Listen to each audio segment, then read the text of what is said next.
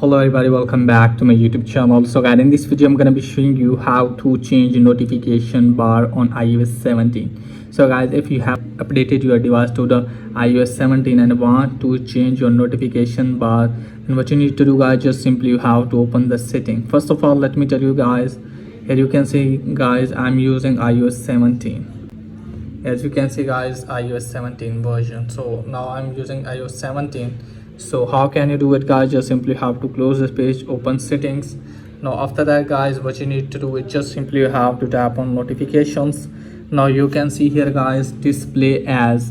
Now you can see here guys, here is your notifications bar. So from here guys, you can select stack.